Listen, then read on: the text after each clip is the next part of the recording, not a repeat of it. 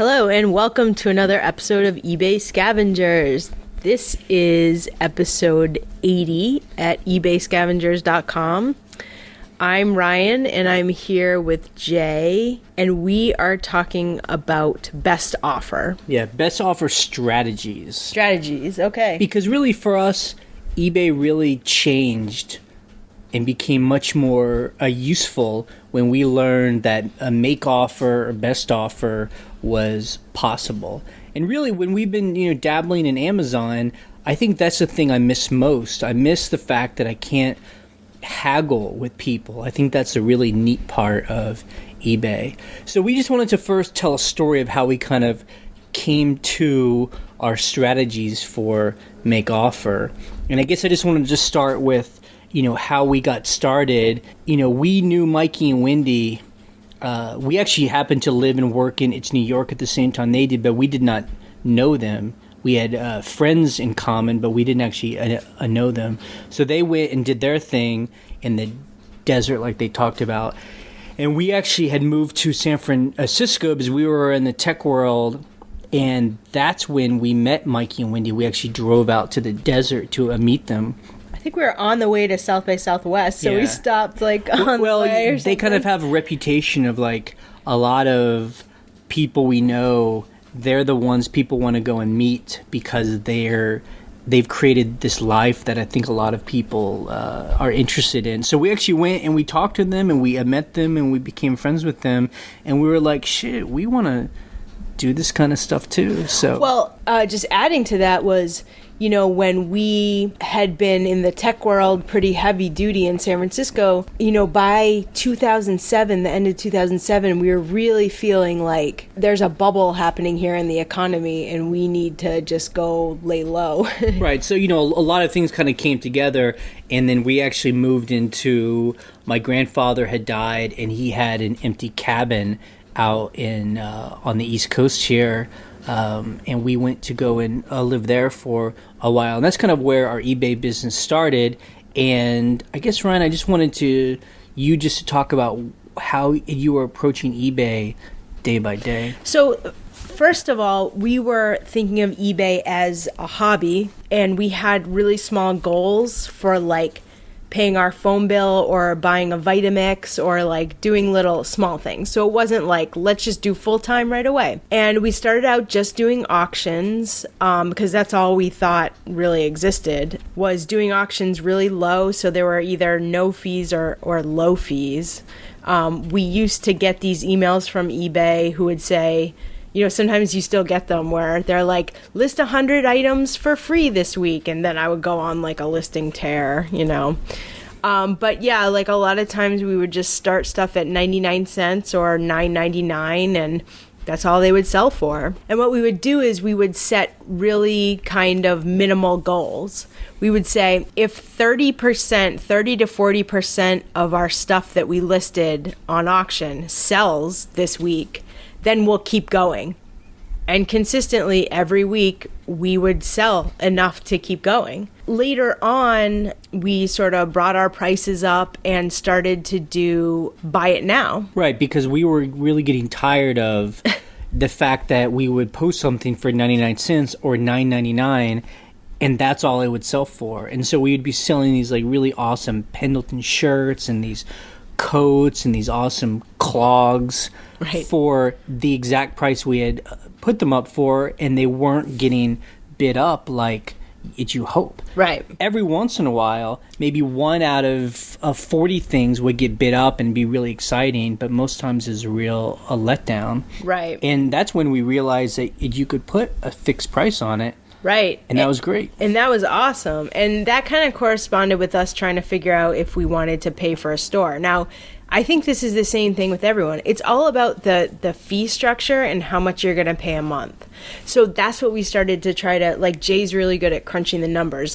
Does it make sense for us to do these buy it now and have those fees?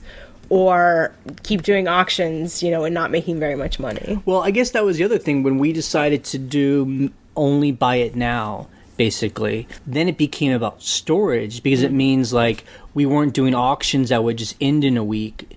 and selling things for cheap, we were willing to hold on to things for a lot longer and sell it for a lot more. But it means then, like, we were just working out of like a little tiny bedroom that we had piles of stuff and boxes, and then we had like a shed on its property, and we had built like a thing that you could hang clothes and plastic bins with stuff, and everything was dusty, dirty. Oh man, that shed. But we still, it was still manageable enough where we could always find everything. We were always able to find stuff, so that was good.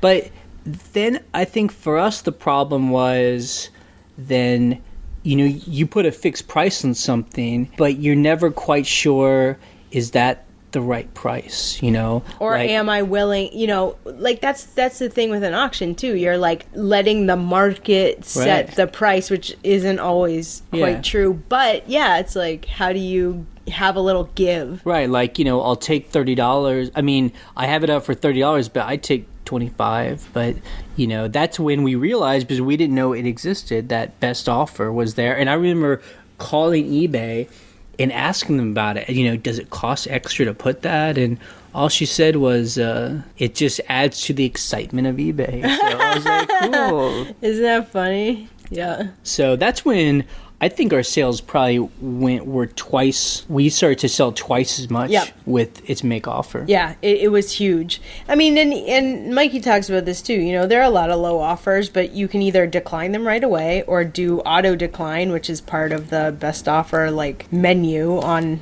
the page. So then, like with everything we've done, is that then you start to get into the details and kind of set some rules for it yourself. So I think for us, we got tired, we'd have make offer on everything. So, we'd have something up for $25 and people are offering, $4. Right. We quickly then just said we were only going to put make offer on things $35 or more. Right. And then we actually changed it. Now it's like $59 or more. Because if you have a good quality object that is, under it's $50 or $60, you don't have a lot of give. Right.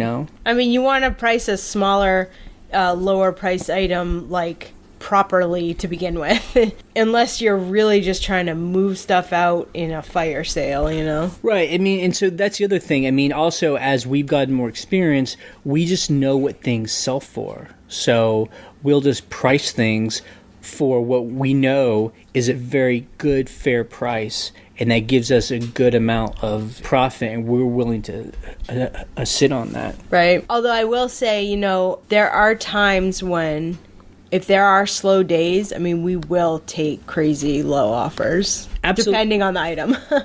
Absolutely. And we actually it's this year, we had a thing where we kind of took best offer off of everything because we just felt like people would have bought it for full price, but we had best offer, so they weren't going to pay full price. And so that actually worked for a while, where we were just selling everything for full price, and then then it's just like you go into cycles, and then we put it back on because it just felt like sales were kind of slowing up, and we put it back on and we got a bunch of offers. So it's kind of it's process. And now I feel like what happens is when something goes up now, unless it's over $75 or $100, we just put a fixed price and that's it. No make offer, because we know it's a good object and we want to give it a shot.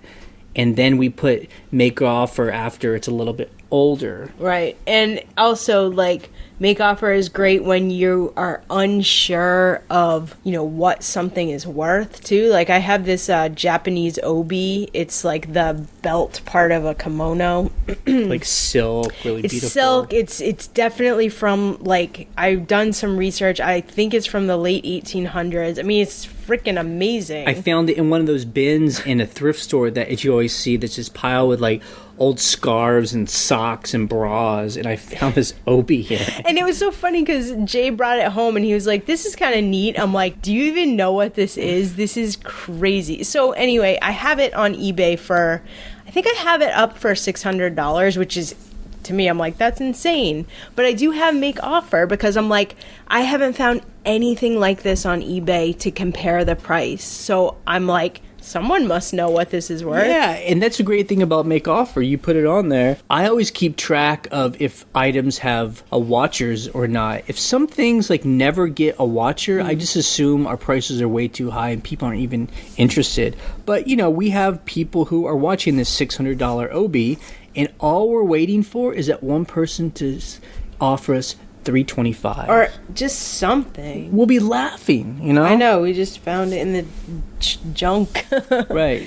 But we find also that people a lot of times, just give a half price offer. It's so consistent. If you have a sweater for $50 and have make offer, guaranteed someone will offer $25. And honestly, if you try and counter people, I would say only 10% of people ever accept that counter offer. Like, it's most people kind of give you the offer of what they're willing to pay, and we're kind of now just like, we either accept it or we just kind of or write it off, like they aren't gonna, you know. Yeah, because like you said, a small percentage either takes your counter offer or counter offers again a little bit higher. Right. You know? And again, this really works for the kind of stuff that we sell. I mean, we sell those one of a kind, vintage, antique, right, or like shoes or just well-made objects, you know. We aren't selling things that are super, super popular where, right, you know, we're a one of 500 on eBay. So, you know, people don't have a lot of choice of where they go. Right. You know, sometimes there's items where, you know, like I had this one sweater that was awesome, this Eddie Bauer sweater with like a cat and in like a farm scene. Like, it was so awesome and like silly. I think I had it up for like $46, right? But someone offered $25 the other day on kind of a slow day. And we kind of have the perspective of, okay, first of all, I got it at a thrift store for like 5 cents. And if you had this at a flea market or a thrift store, would anyone pay $25 for the sweater? No way. Only on eBay would someone be like, I paid $25 for that. So for me, I was like, I'm taking that offer right away. I'm going to do it, even though I think it's worth $40, you know? Well, that's the other thing. About a month ago, we put all of our coats and sweaters, everything, we allowed its make offer to be on there because, you know, a winter time is going to start winding down in the next couple months, and we don't want to have all this inventory. So we're willing to, just like any kind of a retail store, you kind of just have a sale and it's make offers. I mean, I think that's also when you start getting a big inventory, and if you have the eBay store subscription, is remember that you can use the bulk lister, or the bulk, what is it called? The bulk editor. So you can go in there and you can say, show me everything $75 or more, and you can put a make offer on everything all at the same time. That's what I did the other day. I said, you can go into like advanced search on your like active summary page, and you say, show me all items that are above $75 where best offer is not enabled. So it's a really customized search. Okay, so for us, we had like 119 items. So I go into bulk listing and I'm like, add best offer to all of them. It's so easy. It's awesome. And we really like best offer much better than putting things on sale. I know some. Yeah, that never works. I know some people like to do, 10% off sale for it's this week, and we've never had any success with sales. Like, it doesn't make we don't sell anything more or less than we normally do. Yeah. And I just don't think people are really looking for that. Or at least for the stuff that we sell, And when we put best offer, I think we did it either on Christmas or the day before Christmas. Once we make an offer on items above, I think it was $59.99 that didn't already have it, we started getting offers. I mean, and that's one of our strategies of not putting on best offer when we first list items, because that way they can gather watchers. And so if that item doesn't get bought in a reasonable amount of time, once we put the make offer, it's got a bunch of watchers on it. And I don't know if eBay sends a note to the people who are watching to say that it's on best offer. I wish that I knew. There's so many things like that where you're like, I wish I knew if eBay communicated with our watchers. But that has happened on a number of occasions when an item has a bunch of the watchers, we put on its best offer, and we get an offer on it pretty soon afterwards. Yeah. So, you know, people search when they're doing their searches. They look for, you know, buy now with best offer, because I've done that for several items I bought where I'm like, if they'll accept the best offer, I'm gonna try. And I think as far as a seller goes, because we do its best offer when we buy stuff, it kind of like, since we don't ship things for free, it's kind of like its best offer handles that. It's for us. So if someone wants to offer us $5, $10, $20 under what we're asking for, then they're basically getting the shipping free. And a lot of people, there's terms where you can state terms, like if someone's like, I want this for $30 with free shipping, and then we'll counter and say, we'll do $30 but not free shipping. A lot of times people are saying, I'll do this for $50 total, so it's $38 plus $12 or something. You know, it's like you can see their thinking of like the weird, you know, you'll see weird offer prices of like $38.73, and you're like, why did they choose that? Oh, because they calculated the shipping and wanted to do $50 even. And you know, and we've said it's before, but the reason why we don't like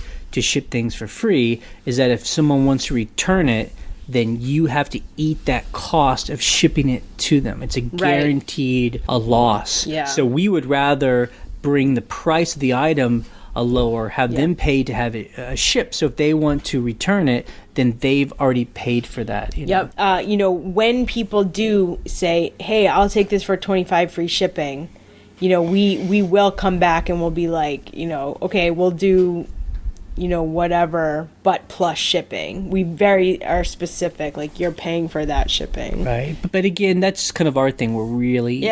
I mean, I love as a buyer when things are shipped for free. I love it. But as a seller, I'm just not willing to eat it at this point. I just think we're a small enough seller. Like, we're just not like a big seller. That, although there are lots of small sellers that do free shipping. I don't know how they do it. But it's never really worked for us. But so that's kind of our make offer strategy. And, you know, hopefully this helps people who are trying to figure out what kind of rules to give themselves. I think it's for us, we do make offer on things over a certain amount. So for us right now, it's $59.99 and over, because that way any discount people want, we can, you know, eat into our...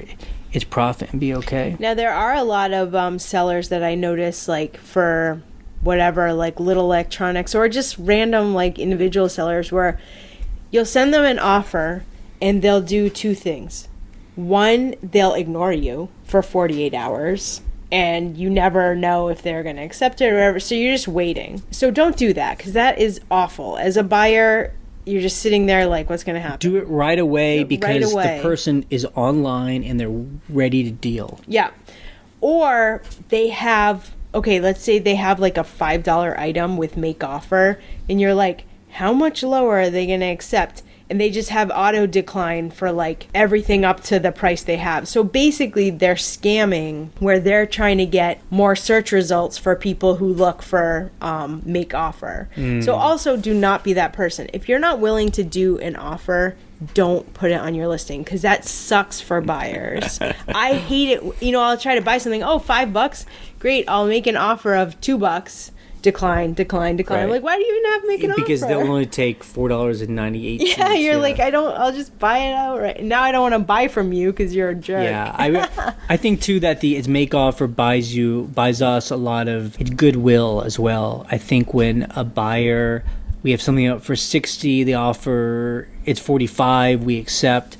I feel like it's like a psychological thing. They feel like they're getting a good deal, right? And people are much happier, in my opinion. Yeah, I think, and people a lot of times are just thrilled, and when they, you know, pay for something, they're like, thanks so much, you know? I think also the best offer, you know, the one reason why it really changed our store was that it gave us a lot more action, you know? Before, when we didn't have make offer, we might sell 2 or 3 or 4 things in a day, and there'd be long periods of time where anything was happening. But at least with make offer, I mean, every day we might get 10 people either emailing or making offers. So it feels like the store, things are happening, and we feel like people are engaged. Now, part of it too is the fact that we get, most of our stuff for just crazy low. Like you buy stuff for crazy low, so you have the buffer to negotiate. We had a jacket that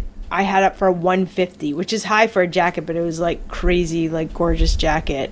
And they offer $125, and I'm laughing because I probably bought it for less than $1. Right. You know? And that's not mean we're giving them a bad deal. It's just that that's the benefit of being a scavenger. We took the time, we had the eye, we found this beautiful Eddie Bauer down coat. Right. And someone was willing to sell it to us for $1. This person who's buying it for $125 is getting a great deal because a jacket like that's worth $300. So everyone is getting a good deal on that. And so that's the beauty of it. If you have the eye and someone's willing to sell it to you for nothing because they don't care and they want it out of their house, that's the way the economy works, Right. Yeah. And that's really the thing that really helps us is that way we can put really strong prices on good quality products really high. Some people buy it just outright, and then the rest of the people will give us, they'll tell us how much they're willing to pay, and sometimes we don't take those first offers, and we kind of see what kind of offers are coming in, and that kind of tells us what the market is willing to pay. Yeah, and like you said, I mean, I had a lot of fabric. I had a piece of fabric that sold the other day for $65. It's just one piece of fabric, but it's really vintage and it's wool and it's gorgeous. And I had to make an offer on it, and they just bought it outright. Yeah. And great. Some people can, do that, and it doesn't matter. They don't want to do that back and forth. They just want to buy it and get it shipped, and it's done. Yeah. So anyway, in the comments, we'd love to hear what kind of rules are set in at your store for a make offer, or share at your experiences, because, again, we're always willing to be wrong, so please tell us. And if you haven't tried make offer, we suggest just try it on some of your high-end items and just give it a go. It's fun to get offers during the day, especially if you have your alerts on your phone and you're getting all those questions and stuff, so it's cool. Okay, see ya.